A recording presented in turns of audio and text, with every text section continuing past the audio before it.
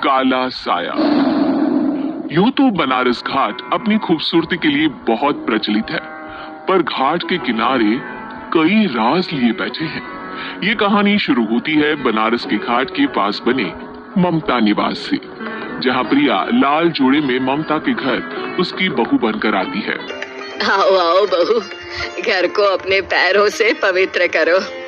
ममता घर की दहलीज पार कर ही रही होती है कि अचानक एक बहुत गंदी सी बास पूरे घर में फैल जाती है।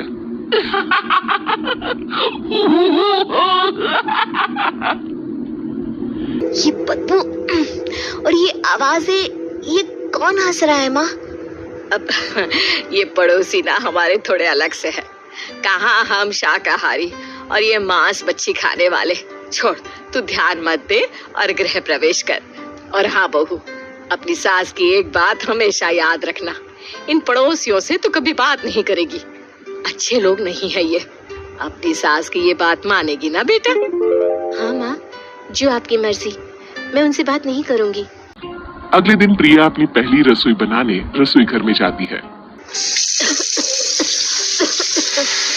ये छोकी बात तो नाक में जा रही है। एक काम करती हूँ, खिड़की खोल देती हूँ। प्रिया खिड़की खोलने जाती है। इतने जाले, लगता है इस खिड़की को कभी खोला ही नहीं गया। पर ऐसा क्यों? ओह, नॉन वेज की स्मेल आती होगी ना। 2 मिनट के लिए खोल लेती हूँ, फिर बंद कर दूंगी। प्रिया खिड़की खोलती है। खिड़की खोलते ही उसकी नजर सामने वाले घर की खिड़की पर पड़ती है, जहाँ एक लड़की खड़ी होती है, हाथों में मेहंदी, लाल रंग की साड़ी, बिल्कुल सजी धजी, मानो प्रिया की तरह ही वो भी नई नवेली बहू हो। वो प्रिया को देखकर मुस्कुराती है। हे भगवान, माँ ने तो इनसे बात करने को मना किया था। प्रिया फौरन ही खिड़की बंद कर देती है और तवे पर चढ़े रोटी की ओर देखने लगती है, पर वहाँ रोटी न होकर मछली पड़ी होती है। ये क्या? पहली ही रसोई में इतनी बड़ी गलती! हे भगवान, अब मैं क्या करूं? प्रिया बहुत डर जाती है और फौरन रसोई की सफाई करने और फिर सभी के लिए खाना बनाने लग जाती है। जब वो सबको खाना परोसती है, सब तो ठीक है, मैं बेकार में चिंता कर रही थी। हे भगवान, ऐसे ही बस अपनी कृपा बनाए रखना। रात के वक्त जब सब सो रहे होते हैं, तब प्रिया को पायल की आवाज सुनाई देती है, जिससे उसकी आंख खुल जाती है। ये पायल की आवाज कहाँ से आ रही है? प्रिया उठकर उस आवाज के पीछे छत की सीढ़ियों तक जाती है। तभी उसे बच्चे के रोने की आवाज आती है। प्रिया छत पर जाती है तो क्या देखती है? वही लाल साड़ी वाली लड़की अपनी गोद में एक नवजात बच्चे को घुमा घुमा कर सुला रही है। तभी प्रिया की नजर उसके पेट पर पड़ती है। ओह गॉड, ये तो प्रेग्नेंट भी है। सुनिए, बच्चा सो नहीं रहा है क्या? मैं कुछ मदद करूं? नहीं नहीं, आपके घर वालों को अच्छा नहीं लगेगा, मैं संभाल लूंगी। स्नेहा की गोद से बच्चा हाथ मारकर प्रिया की गोद में आने को छटपटाने लगता है। दोनों घर अगल बगल में बने होने के कारण प्रिया उस बच्चे को गोद में ले लेती है। प्रिया के पास आते ही वो सो जाता है। बच्चे का वो स्पर्श रात भर प्रिया भूल नहीं पाती और अगली सुबह वो छत पर कपड़े सुखा रही होती है, तभी उसे एक औरत इशारा करके बुलाती है। स्नेहा कह रही थी बाबू तुम्हारी गोद में आते ही सो गया। मैं गौरी, स्नेहा की माँ हूँ। बहू, घर आना, बाबू को खिला भी लेना।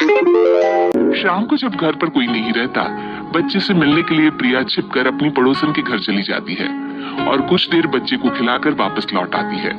इसके कुछ दिन बाद ही प्रिया को पता चलता है कि वो माँ बनने वाली है। ममता की खुशी का ठिकाना नहीं रहता।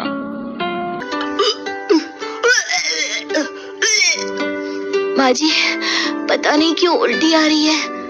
प्रिया भागती हुई वॉशरूम में जाती है तो हरी और लाल रंग की उल्टी करती है। उस उल्टी में से कीड़े निकलते हैं। ये क्या? खून और ये कीड़े! माँ! माँ! प्रिया की आवाज सुनकर ममता दौड़ कर आती है, पर बेसिन में कुछ नहीं होता। प्रिया हक्की बक्की रह जाती है। ये सब क्या हो रहा है? प्रिया घबरा जाती है और अपने कमरे में जाकर सो जाती है। डर के कारण वो इतनी थक जाती है कि उसकी आंख लग जाती है। तब उसे ऐसा लगता है उसके पेट पर मानो कोई बैठा हुआ हो। कौन हो? प्रिया के पेट पर एक 5 महीने की बच्ची बैठी हुई थी, जो बुरी तरह जली हुई थी। माँ, तुम मम्मी मुझे लाई ना अपने पेट में। मैं तुम्हारी माँ नहीं हूँ। कौन हो तुम? माँ देखो मैं जल गई बुरी तरह से। 6 महीने पेट में रहने को भी मुझे नहीं मिला। सहला दो ना माँ। बचाओ बचाओ माँ। ममता दौड़कर कमरे में आती है। प्रिया की बातें सुनकर वो सब समझ जाती है। तू कहीं बगल वाले घर में तो नहीं जाकर आई ना बहू? मुझे माफ कर दो, मैं गई थी माँ। उस घर में सब मरे हुए हैं बहू। कई साल पहले स्नेहा उस घर में बहू बनकर आई थी। कुछ ही दिन में वो एक बच्चे को जन्म देने वाली थी। पूरा घर बच्चे के आने की खुशी में खोया था कि एक दिन अचानक उस घर में आग लग गई। सब बुरी तरह जलकर मर गए। गौरी आज भी दादी बनने का इंतजार कर रही है और इसीलिए स्नेहा ने अपना अजन्मा बच्चा तुम्हारी कोख में डाल दिया। ममता ये कह रही होती कि पीछे से उसके पैरों को एक बच्चा पकड़ लेता है।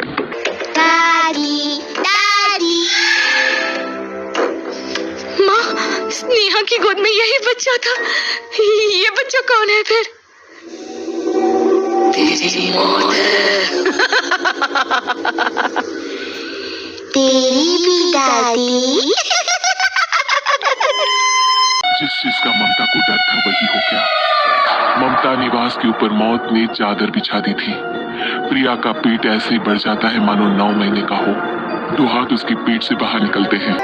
बहू, संतोष को फोन कर, किसी पंडित जी को बुला बहू। प्रिया का पति भागता हुआ घर आता है। ये तो होना ही था माँ।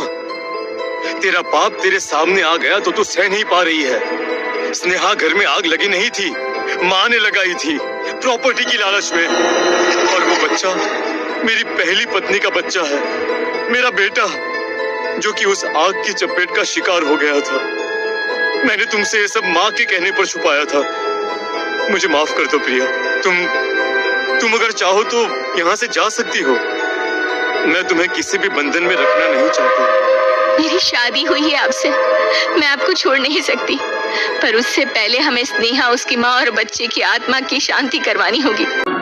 संतोष और ममता गौरी के घर जाते हैं। अंदर सब कुछ जला हुआ होता है। जमीन पर जली हुई लाशें बिखरी हुई थी। ममता रो रो कर अपनी करने की माफी गौरी से मांगती है। प्रिया स्नेहा के घर वालों का अंतिम संस्कार करवा देती है और ममता निवास फिर से आत्माओं के साए से मुक्त हो जाता है।